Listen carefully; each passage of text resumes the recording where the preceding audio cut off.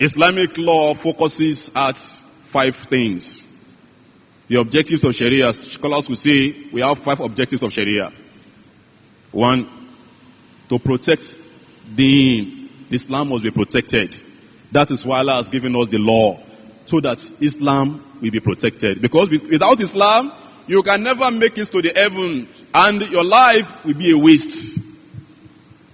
If you see the Islamic law, it is aiming at protecting Islam. Nothing must happen to Islam. That is why you are not allowed to make mockery of Islam. You may not be able to practice something, but you don't make mockery of any part of Islam. You don't discourage Islamic knowledge.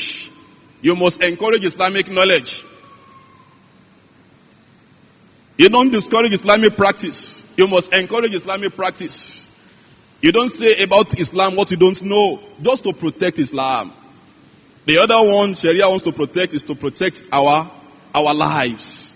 The life must be protected. Well protected.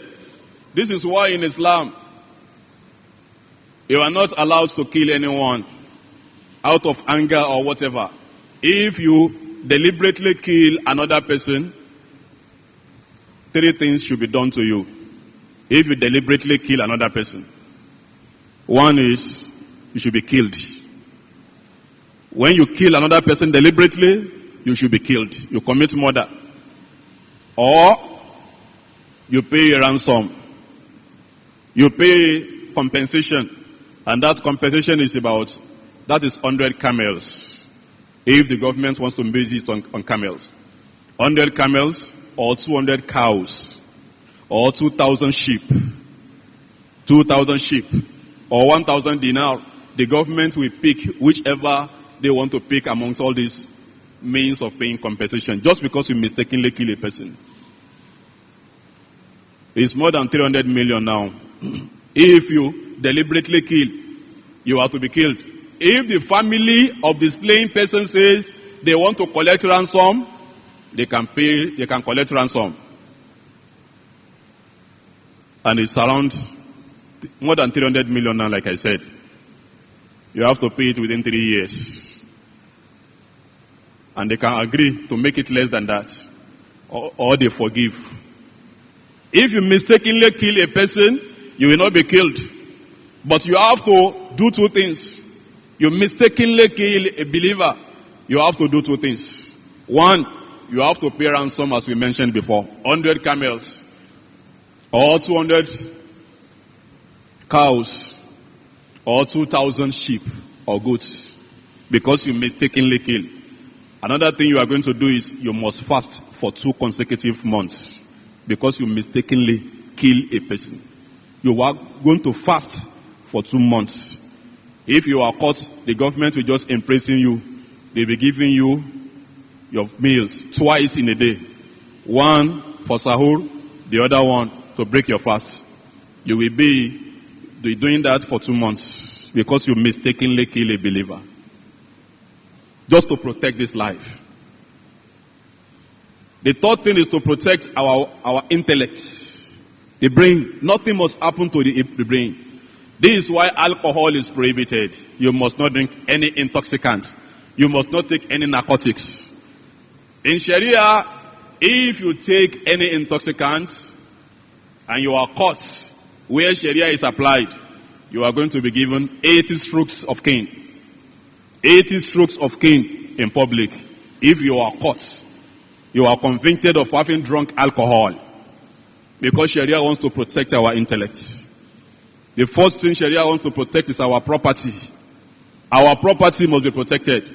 This is why you must not steal. If you steal, Sharia has a punishment for it. It depends on what you steal. Sharia, in a particular part of the Quran, Quran 5 verse 38, Allah says anyone who is caught of stealing, chop off his hand. They will cut off your hand. You will never try that again. Just to protect our property. If it is armed robbery, we have talked about that in the past. The person is either killed or crucified or given life imprisonment and so on and so forth. Just to protect our lives and properties. And Sharia also wants to protect our family. That is the fifth thing Sharia wants to protect. That is why zina is haram. You must not have fornication. If you fornicate, you are not married, you are caught where Sharia is practiced, you are going to be given 100 lashes in public. If you are married, you are to be stoned to death. But this is just an aspect of Sharia, the penal aspect of Sharia, because it's very unfortunate. Sometimes when the Sharia is mentioned, some people think only about what?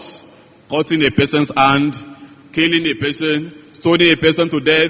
That's just a fraction of Sharia.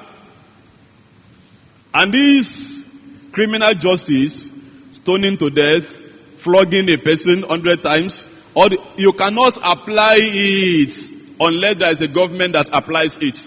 Individuals cannot apply this aspect of Sharia. It is left for the government. If the government does not, we leave whoever has committed any of this, we leave them to Allah. Please, we need to know. That is the sixth thing we need to know about Sharia. The penal aspect of Sharia that has to do with punishment, nobody can implement it except the government. You cannot say somebody has said something bad about Prophet Muhammad sallallahu alaihi wasallam. The next thing you are going to kill him. No. You cannot say somebody has committed fornication. The next thing you are going to flog him because Quran says it. No. It is the government that must implement all these penal aspects of Sharia.